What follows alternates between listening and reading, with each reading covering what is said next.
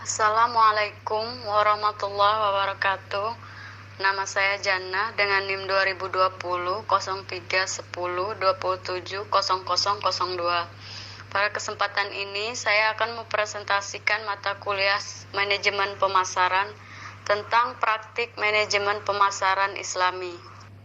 Pemasaran Islami merupakan salah satu strategi pemasaran yang didasarkan pada Al-Quran dan Sunnah Rasulullah.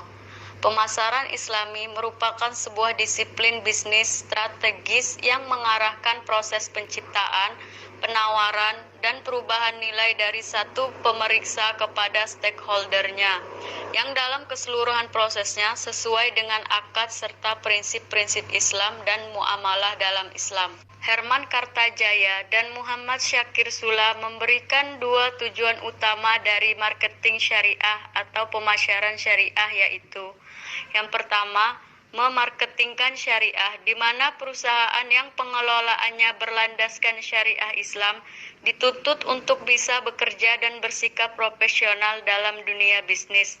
Juga dibutuhkan suatu program pemasaran yang komprehensif mengenai nilai dan value dari produk-produk syariah agar dapat diterima dengan baik, sehingga tingkat pemahaman masyarakat yang masih memandang rendah terhadap diferensiasi yang ditawarkan oleh perusahaan yang berbasiskan syariah.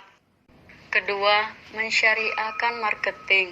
Dengan mensyariahkan marketing, sebuah perusahaan tidak akan serta-merta menjalankan bisnisnya demi keuntungan pribadi saja, tetapi juga karena usaha untuk menciptakan dan menawarkan bahkan dapat merubah suatu value kepada para stakeholder utamanya, yaitu Allah, konsumen, karyawan, pemegang saham. Etika pengelolaan brand, produk, dan layanan Islami.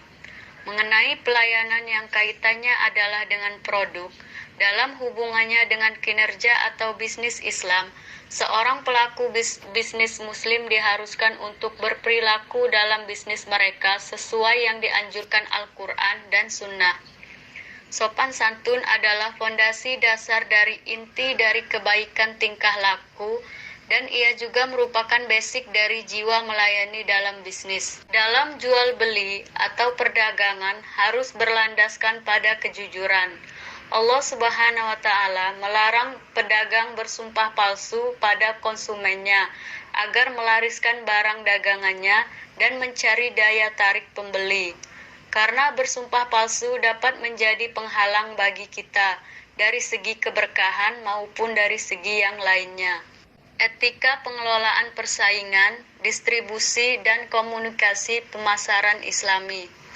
Etika pemasaran Islam didasarkan pada maksimalisasi nilai yang memerlukan empati terhadap orang lain dan menghargai ciptaan-ciptaan Allah, yang menyiratkan menahan diri dari perilaku merugikan orang lain dan mencegah merebaknya praktik-praktik pemasaran yang tidak etis.